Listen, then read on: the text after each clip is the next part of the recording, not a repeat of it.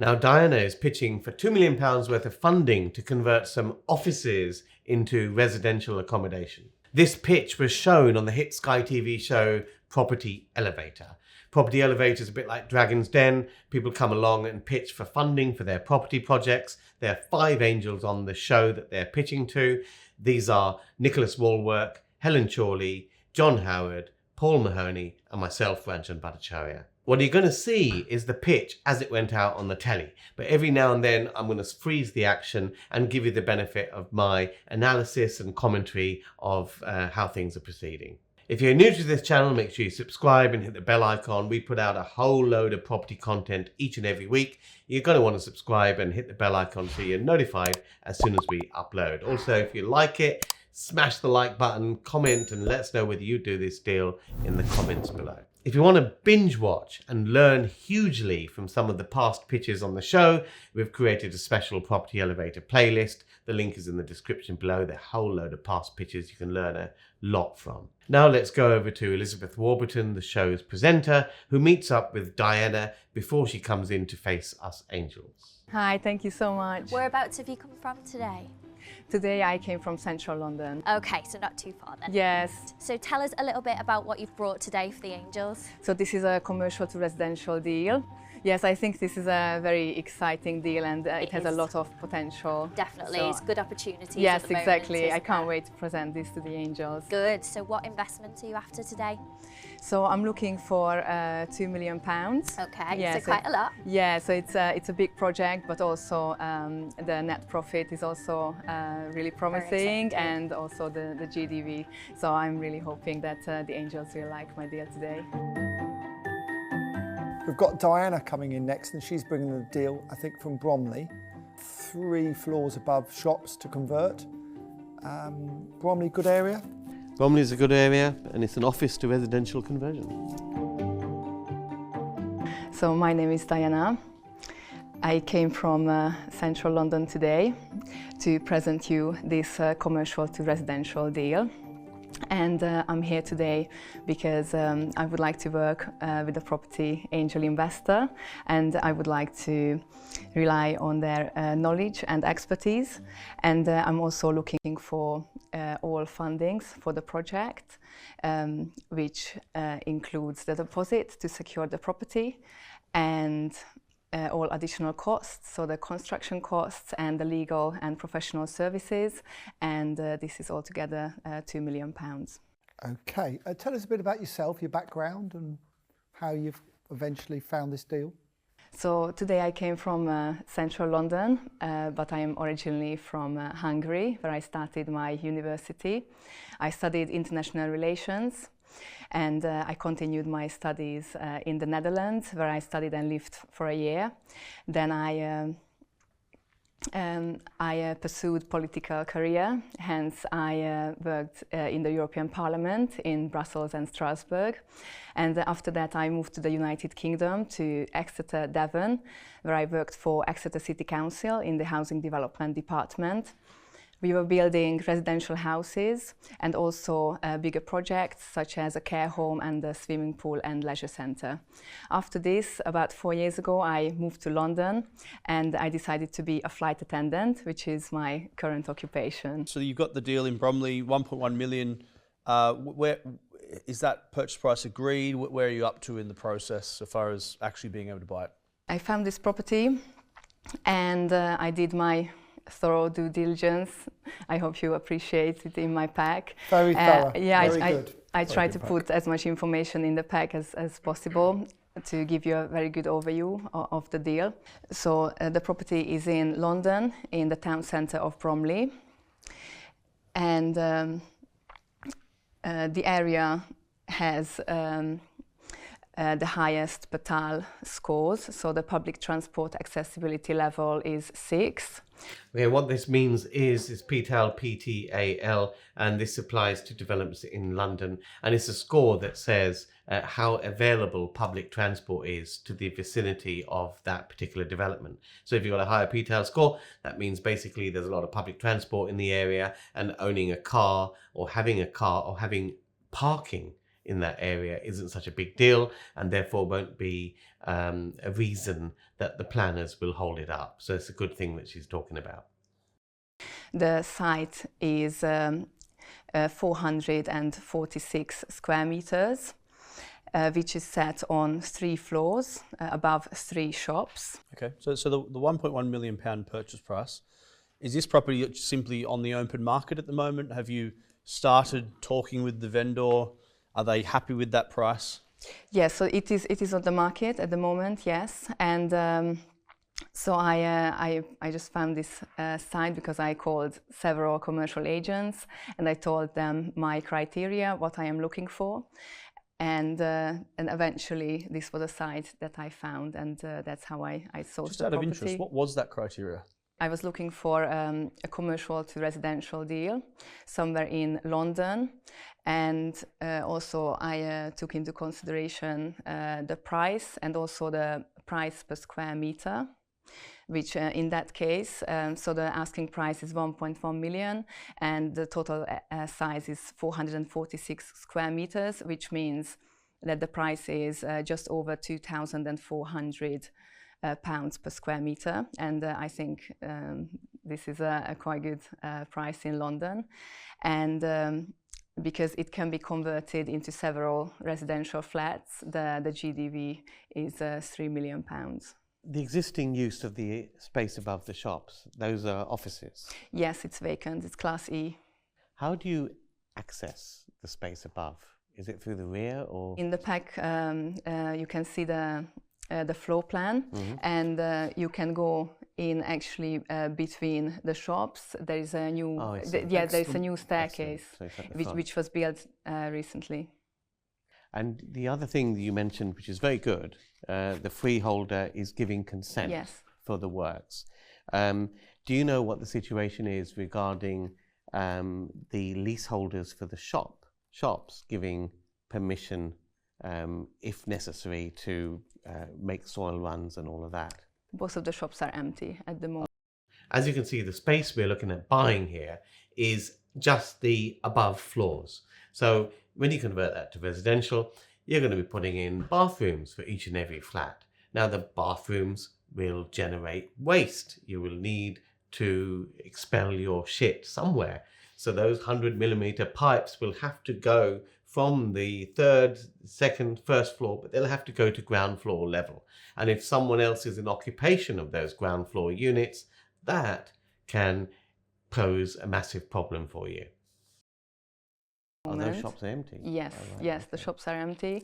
One shop went into administration a few months ago, and the other shop closed down during the pandemic. Now that's a very interesting fact to know about, of course, because from the picture it looks as though the shops are occupied, but obviously that's not the case. That potentially makes it simpler, meaning that there won't be any disruption when you do the residential conversion. But that doesn't necessarily mean you have the right or the access to do so. Problem with these types of deals, and I've done lots of them, is that when you've got the first floor above the shops, if you don't have to, if you need permission to get into the shops, to get into the ceilings potentially, but if you've haven't got that, or if they're open, which they're not here, I appreciate, then we need to make sure that there's enough head height, ceiling height on the first floor to lift the floors in order to get everything underneath the floors that you need to do, the soundproofing, the pipes and everything else. I'm looking at the building, it looks like it's got quite high ceilings anyway, so we might be able to lift the floors. Yes, and I mean, generally speaking, you know, older buildings, Victorian buildings, and which this looks like it is, the first floor tends to be exceptionally high, so that's not a concern if you need to raise the floor level, because if the shop is occupied, of course, and you don't have access to the shop, then you can't put sound insulation, fire insulation from the shop on the ceiling. You have to do it from above. Hence why you may need to raise the floor a little bit. But normally on older buildings, the first floor ceiling height is higher than the second and third floors. So raising it a little bit is not going to be no big deal at all.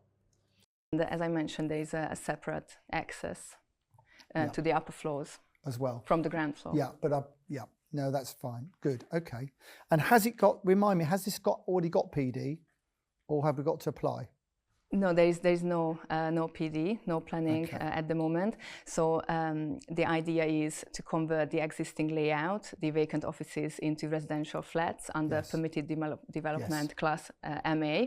Yes. And the site also has the potential to extend at the rear of the building. And Ground floor. Out on the ground floor. Yes, first floor. First floor. Yes. Does your GDV take into consideration that additional planning? Yes, yes. So with the extension.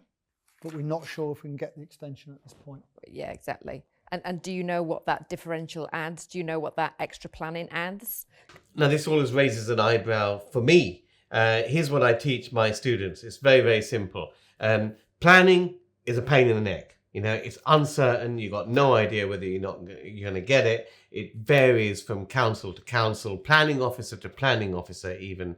It depends on what side of bed they get out of, quite frankly, whether or not you get a planning application through. PD is certain. The criteria are set nationally. The rules are set nationally. You follow the rules. You meet the criteria. You apply for your permission. 56 days you get. When you're putting in an offer to buy a commercial building, what I advise people is that you make sure that the business case is solely on the figures for what you can do under permitted development alone. Any future planning application is icing on the cake development, but your numbers need to work on permitted development alone. That's what I advise my students. If you want to find out more about how to actually find sites and evaluate sites for conversion to residential use, then you really want to get on the UK's leading commercial property training program. It's my 8-week commercial property training course, the only commercial property training program accredited by the Property Education Accreditation Scheme. Details on how to sign up are on the screen below, and a link is in the description. Because obviously it's going to add a decent amount of time if you're going to need permission for that. You mean what is in terms of the time or money? If you didn't do Both. the planning, both, yeah. if you didn't do the planning to extend, if you just shelved that. Yeah, so What would the GDV be? Based on what the builder told me, so it was actually his idea that we can extend the back, and he said that it's possible to build at least 2, but potentially 3 flats, three one-bed flats.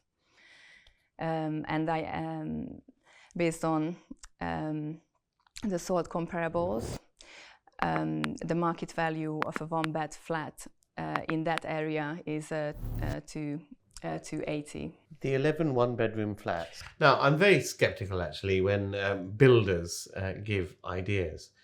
Builders will generally give ideas on how you can build more, you know. So the extension is basically in the builder's favour. He gets more of a contract value out of the thing. But that's not necessarily in your interest, because what I tend to find is that you'll make a certain amount of margin by doing PD conversion and getting out. Then you'll make a little bit more by doing planning permission.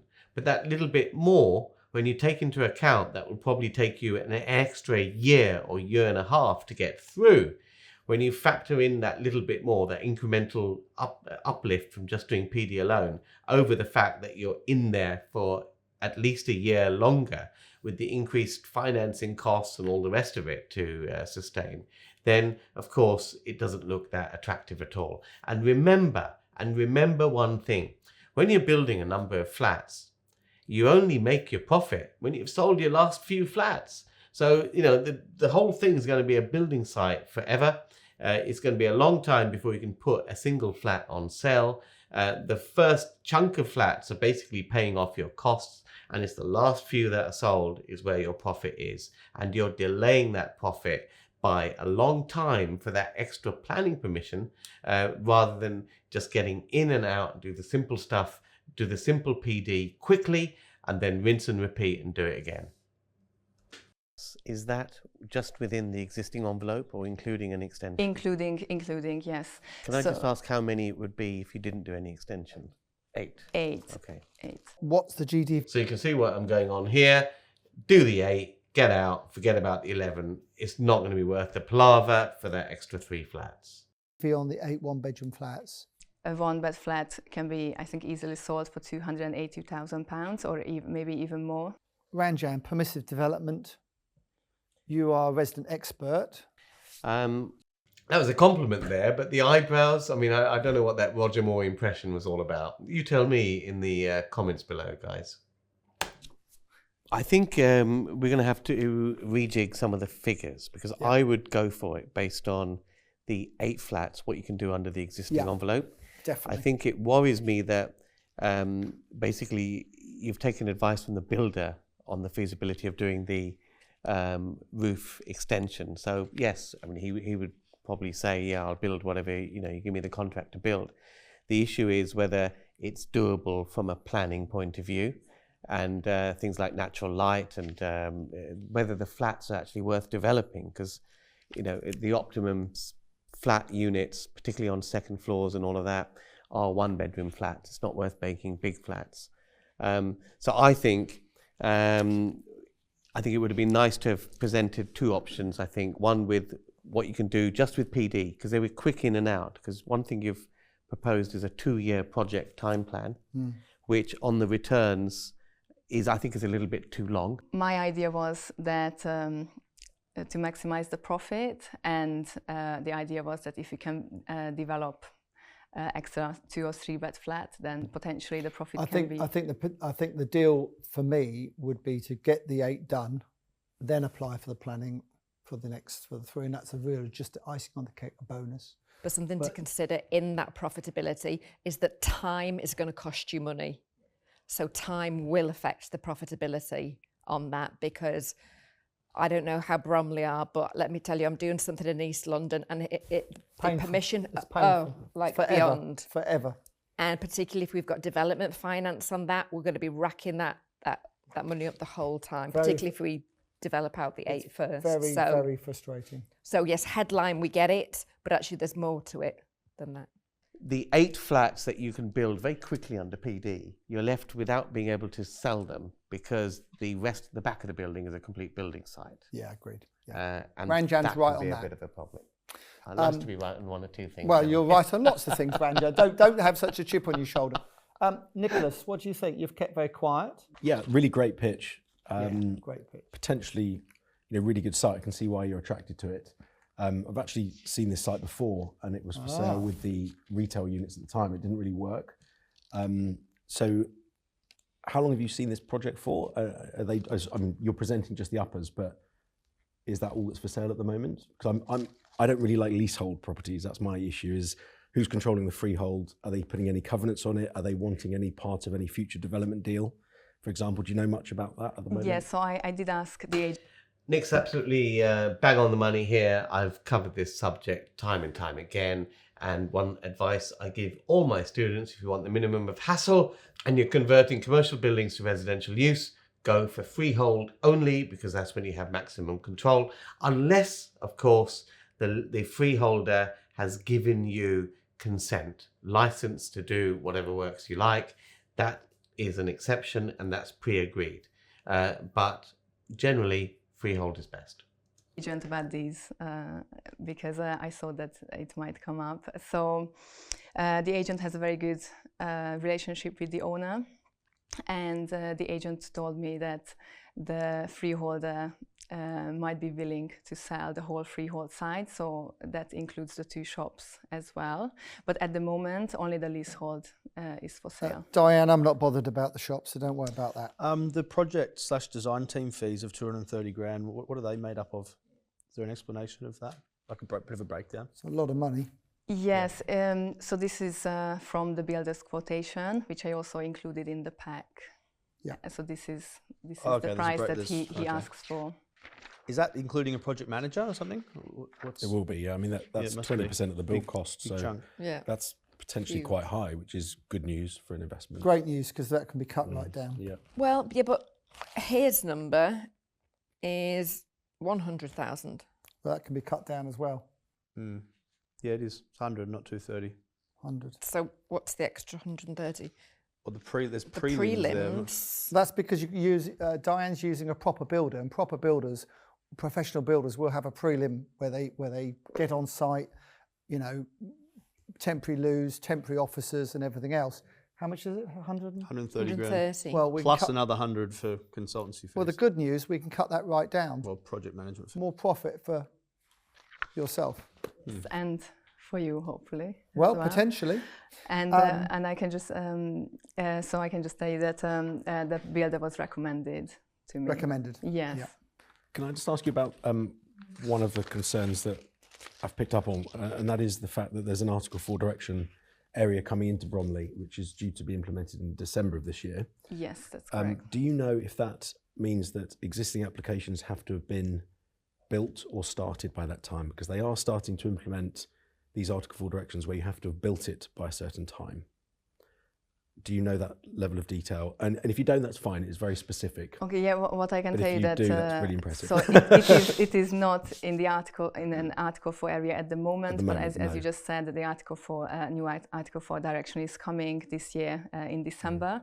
And actually, I did call the council about this, and they just confirmed that yes, the new direction is coming in December. So he did not specify these things. I wouldn't know about point. you, but Nicholas, but I'd have thought if you've got permission under PD, you'd have thought you've got the 3 years to do it. Yeah, in you order. No, the probably rules have. are that if you, as long as you, there's a date Crystallises it. where it's coming into force, which is December. As long as you get the application in and it's validated by the council before that December date, then it will be judged by the existing rules. So Article 4 is basically where councils don't like these permitted development rules, and they plead with government to have an opt-out. Basically, you can have your national permitted development, but not in our backyard. And they have to put up a case to central government, they have to justify it, and they have to be very specific in terms of the roads and the buildings where permitted development rules will not apply. So the thing is, a lot of councils are doing this, particularly in London, and when they actually apply for an Article 4, it takes about 6-8 months to get their application in and for the government to decide either way. And if the government does decide to give them an Article 4 exemption from PD rules, then the council has to put everyone on 1 year's notice before they come into effect. Now, these permitted development rules have given developers like you and me an absolute free-for-all. They came into force on August the 1st, 2021. Now, in London, some councils have been very quick to impose Article 4s, but in other parts of the country, they're being a bit slower. And this opportunity of commercial to residential conversion is a massive race against time for the savvy, clued up and knowledgeable property entrepreneur. We put out a video a few weeks ago with a couple of my Mastermind members where they were doing a commercial to residential conversion in Richmond in London. Now, Richmond actually got an Article 4 and it came into force on July the 31st, 2022. And my Masterminders were the only people to get a Class MA permitted development application in this particular area of Richmond on time before the Article 4 came into place. So for the clued up and knowledgeable people, this is a fantastic opportunity, but you need to act now. You need to get clued up on what you can and can't do and know exactly how to implement this strategy. Again, if you want to know how to do that, I run the UK's leading commercial property training program on the subject, my 8-week course, succeedingproperty.com/workshop. Or if you want to join our Mastermind 12-month Mastermind program, where serious commercial investors and developers are guided through implementing this strategy up and down the country, then have a look at my commercial property Mastermind program at succeedingproperty.com/mastermind. For 1.1 million, yep, purchase. Build costs not including. That is 1.1 million, not including the fee. So the pure build cost Yep. is 1.1 million. 1.1 million, not including the new build.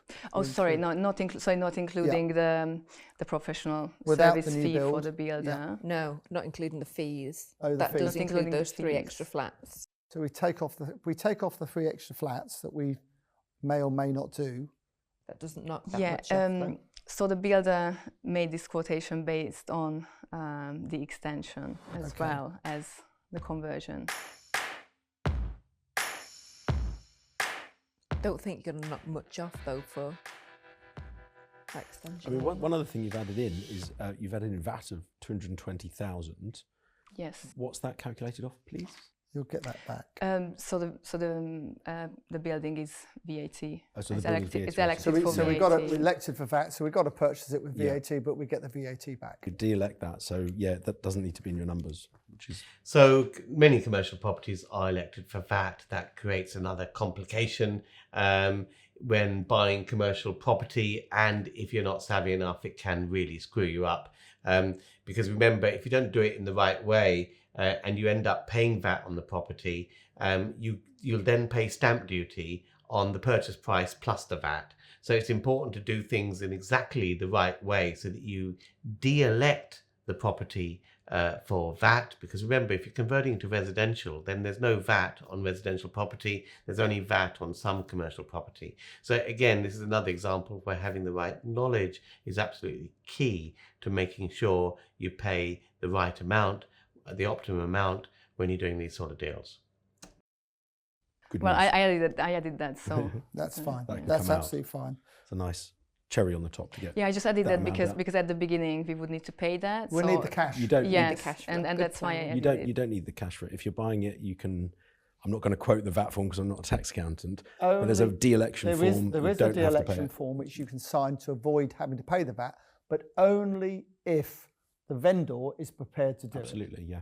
And if they're not prepared to do it, well, they can't do it because of certain things they've done in the past with the VAT, they can't do it. So you have to assume it's in there, and that's very sensible, Dianna, of you to do so. You would want to offer based on them agreeing the de-election form.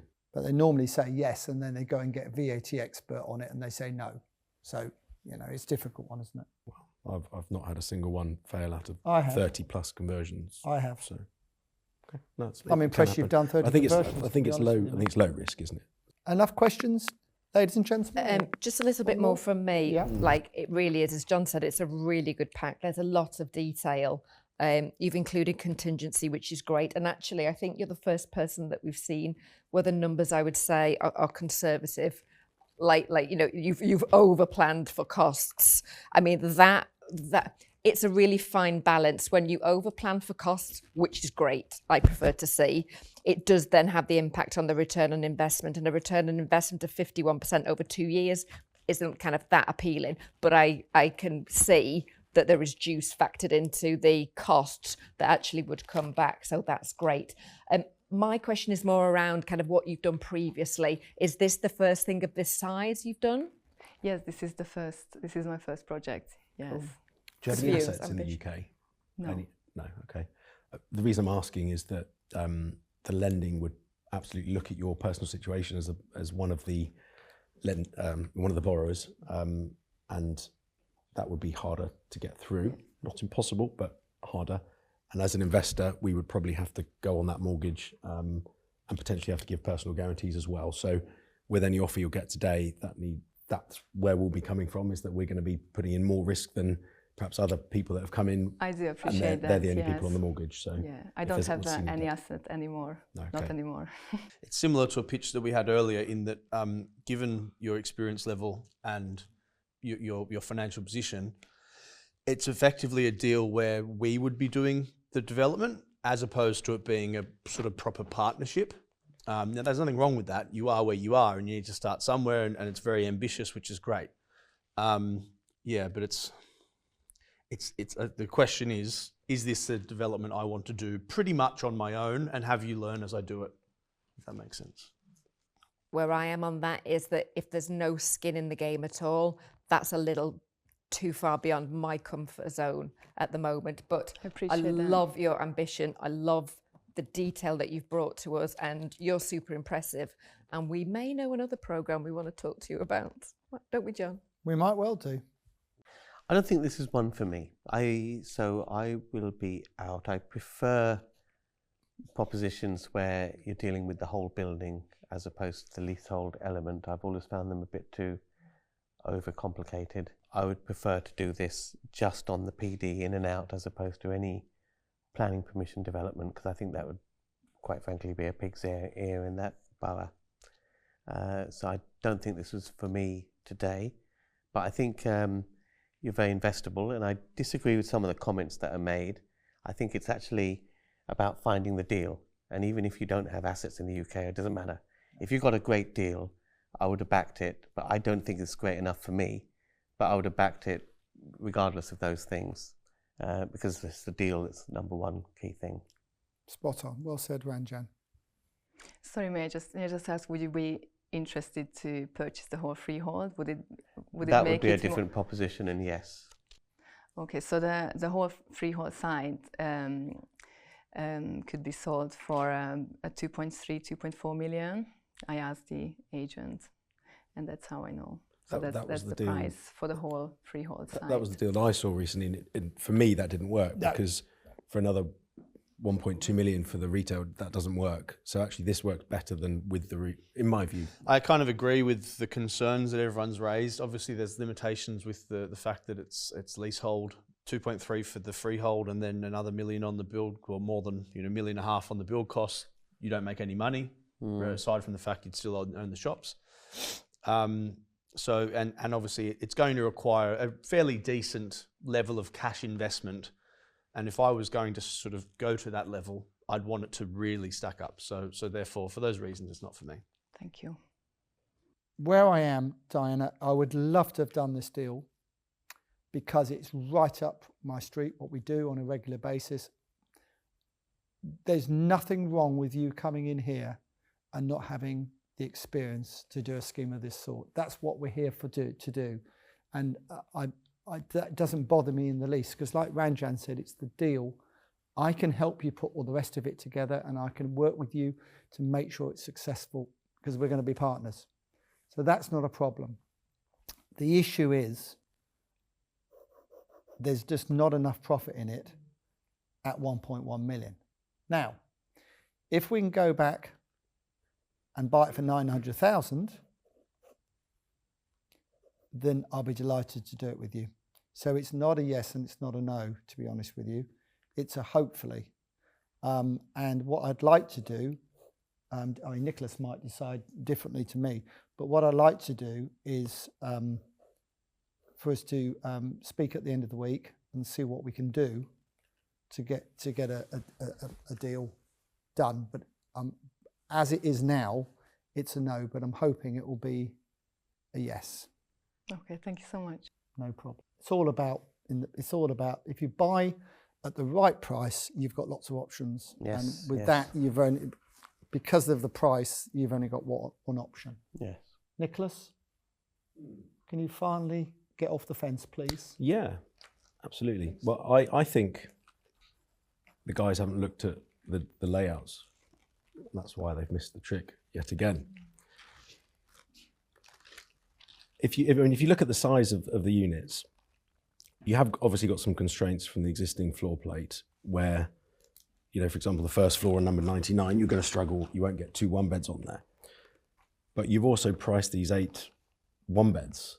I mean, some of these are big enough for 2 beds. And I think, taking off a sort of 15-20% gross to net on the floor space, you're getting at least 9 units, maybe 10, if you're really lucky with your space design. So I actually think we could probably get that GDV up. And I'd like to think that I've done a few small space designs over the years. And that's where I feel I can add more value than anyone else here who hasn't offered, right? I mean, John, you haven't offered, so. Not yet. I can always change my mind. Now you told me what to do. It's an offer for a phone call. I'm only joking. No, I haven't offered, no. But I also agree with what Paul said in that we're going to have to put up, or I would have to put up all of the risk as well. I'd have to risk my assets on the deal, which is a huge risk. I did look at this site previously, and it didn't work with the ground floor, but subject to getting it for no more than 1.1 million. I'll be prepared to work with you on it. But it would be in an 80-20 ratio in my favour, because I'm looking at it more as teaching you. I'd love to work with you and mentor you. It's one of the best packs we've seen. It's concise, it's detailed. Your numbers are bang on. Build costs are really good. They're really accurate. There is some margin in a lot of stuff in here. You don't need to pay the VAT, despite what John says. There's quite a few things in there that give me comfort that the numbers as a resi site on the uppers works far better than this deal when it was first put on the market a couple of months ago. So that would be my offer if you're interested in working with me. So first of all, thank you so much for the opportunity, and that's why I'm also here today to hear these ideas and how we could maximize this size, because I've been inside twice and I think this is an amazing building, and from the outside I think it's really beautiful as well. It's really nice. And the view as well, it's really, really nice. So thank you so much again, and I would love to work with you, Nicholas. Great, so thank you. Congratulations, so well done. Looking forward to it. Thank you. forward to working with Thank you. Yeah, thank you so Great. much. I've never seen numbers that conservative, so I think you're right on the. There is some. If I'd seen that 1.1, would have. But I put the deal in at £150 a foot. So it's not going to be cheap on that to do. No. So, and that's 5,000 square feet, so it's 750 grand. So I'm not sure how you get, I can see you might squeeze another 100,000 out of it, Nicholas, and you're very good at what you do. I'm not saying you're not, but as far as I know, even you do not have the ability to make a property grow. We can all learn from other people's developments and how they've done it. And many times I've looked at something and not offered anywhere near enough, and someone else offered a lot more, and I've said, oh, well, how the hell they've done that? And then when I've gone to look at it, I've found out how they did this. Yeah. And they've done very well. So I think with this one, the key is solidify the PD, get what you can there, and then go in for full planning, having solidified the PD before the Article 4 comes in, and make it even nicer with the planning so that it's more attractive than the PD would be without the extra planning. And that's how you persuade the council to get that extra planning out the back. I think it's a two-phase planning gain. It will take a little bit of time. Yeah, the key to me, Sounds like a lot of bridging costs. sounds a lot of hard work. Or a bit of negotiation with the vendor who hasn't managed to sell it for 2 or 3 months. Well, yeah, there is that. But I just like straightforward deals. I can buy them, get on with it, and Yeah, the fact they've repackaged it probably sort of says a lot. Shows Yeah. that it's not worth 1.1 million. That's why I think it's now potentially attractive, because they're open to Like I said, discussion. it was 900,000 maybe. But well done, Nicholas, because I think you might have seen something. I think well, it's a we'll nice, see. You might see something we haven't seen, but I'm not sure you have on this occasion, but you have in the past. So you've got form.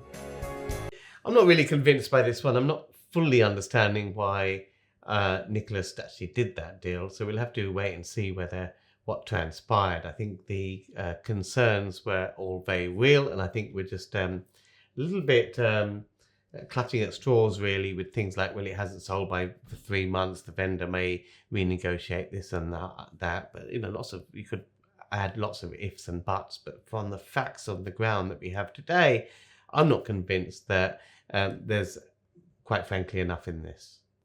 But you tell me, do you know anything about this property, or what do you think about this deal? Would you do it? Let us know in the comments below. Smash that like button as well. Also subscribe and hit the bell icon for more videos.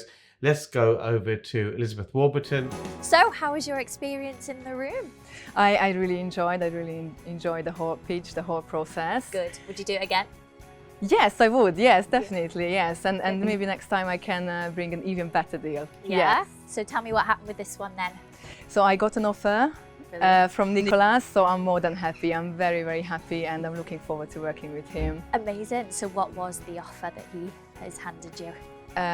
We will get in touch, and we will work on the project, and we will see how to maximize the profit. Brilliant. And it's an 80% share for Nicholas and 20% for me, which I'm really happy with. Brilliant, brilliant. Well, good luck. I look forward to seeing the progress. We'll keep an eye on it, that's for sure. Yes, thank you so much. High streets across the land are changing forever. Basically, there's an oversupply of retail premises. Shops are closing down, more are going to close down in the future. The government know this, and that's why they're introducing a light touch planning system which allows small developers to easily repurpose these buildings to residential use under a light touch planning regime called permitted development. Now, this is going to be the biggest revolution and the biggest change and the biggest opportunity for property investors that I've ever seen. And this is all coming into effect on 1st of August. So you need to know what's happening and what properties to look for to take advantage of these opportunities so that you can get in there and take that first mover advantage. I've got a 90-minute free masterclass to get you ready for August the 1st. Make sure you join me, click the link below. Whether you're a beginner or expert, we'll get you started.